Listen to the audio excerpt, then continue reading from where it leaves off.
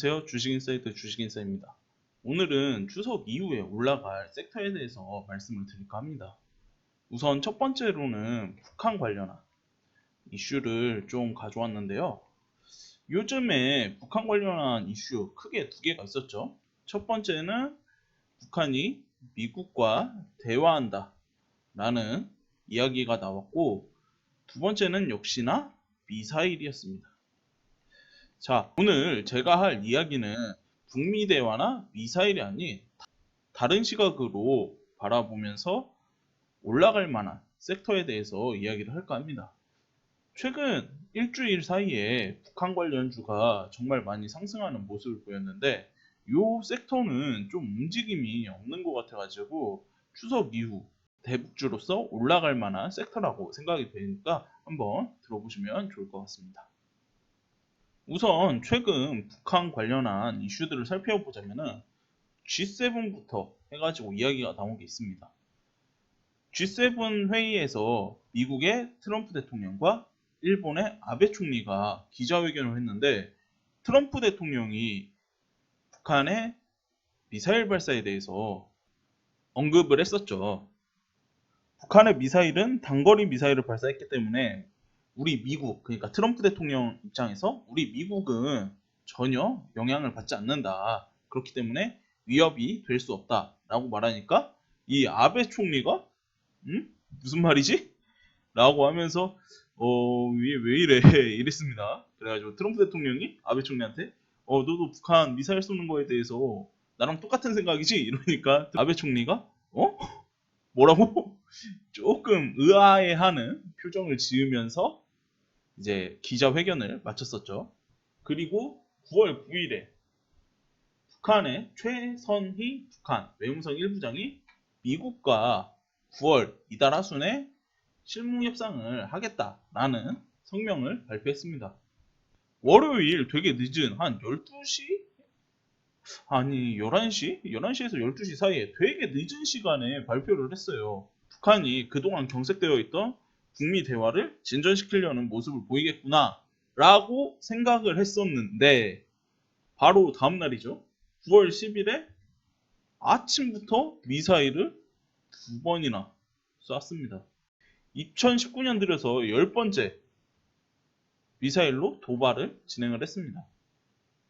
그래서 도발 일지를 보면 아시겠지만 9월부터 해가지고 9월 10일 보면은 단거리 미사일로 동해상으로 발사를 하면서 미국과 대화하겠다는 성명을 발표한 6시간 후에 그냥 미사일 발사해버렸어요. 얘네는 뭐 맨날 앞으로 먼저 이제 대화하겠다라고 하면서 다음에 미사일을 발사를 하는데, 이렇게 미사일을 발사를 했어도 이제 스티븐 비건 북한 대북정책 대표, 요 분이죠. 요 분이 미사일 발사의 의미를 좀 축소하면서도 북한과의 대화를 환영하겠다는 뜻을 이제 좀 밝히면서 그래도 북미 간의 대화는 있을 거라고 생각은 돼요. 자, 이렇게 좀 북한의 상황에 대해서 지금 좀 말씀을 드렸는데, 제가 생각하는 향후에 올라갈 섹터는 바로 이렇게 보시면 뭔지 아시겠죠? 태풍 링링입니다. 링링으로 지금 북한의 피해가 좀 심각한 것으로 보여져요. 우리나라 같은 경우에는 링링이 오니까 여러 매체를 통해 가지고 TV에서도 그렇고 뭐 인터넷 뉴스 그리고 신문 이런 거에서 계속 링링 온다, 이거 진짜 큰 태풍이니까 우리나라 한반도를 통과하는데 많은 피해를 줄 것 같다, 이러면서 좀 만발의 대비를 하라, 맨날 재난 뉴스 오고 재난 문자 메시지 오고 대비를 해야 한다고 알리니까 우리나라는 어느 정도 대비를 했기 때문에 그나마 피해가 조금이라도 줄지 않았나 싶어요. 근데 북한은 그런 상황이 아니었죠. 그렇기 때문에 한반도를 통과하는 링링이 태풍의 직격탄을 맞고 나서 좀 피해가 심각한 걸로 알려졌습니다. 조선중앙텔레비전에서도 북한의 피해 상황에 대해서 좀 이례적으로 상세하게 내용을 밝혔는데요.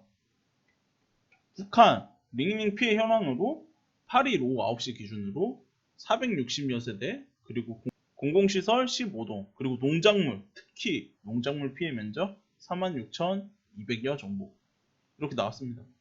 제가 주목하고 있는 거는 바로 농작물이에요. 왜냐면은 우리나라가 언제나 인도적 지원을 할 때 가장 많이 들어가는 게 옥수수, 그리고 비료,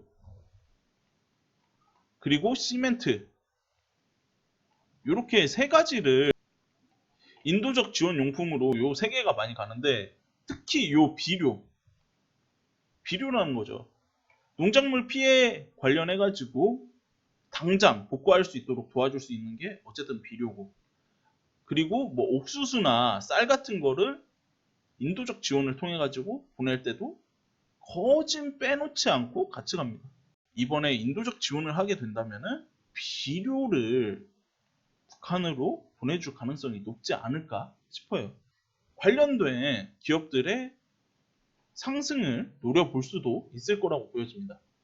그래서 비료 관련주를 보면은 뭐 다들 아시다시피 조비, 경농, 대유, 아시아종묘, 남해화학 등 좀 유명한 대북지원 종목들이죠.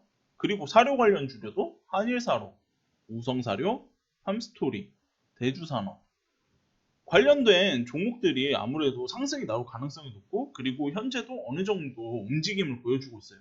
9월 말부터 미국과 북한이 대화를 하게 된다면은 우리나라도 북한에 인도적 차원의 지원을 하겠다라고 하면은 비료, 그리고 식량 문제를 해결해 주기 위해서라도 아마 이런 종목들이 많이 올라갈 것이라고 생각이 되기 때문에, 이쪽 특히 비료 관련 섹터를 눈여겨보시면 좋은 결과가 있지 않을까 싶어요.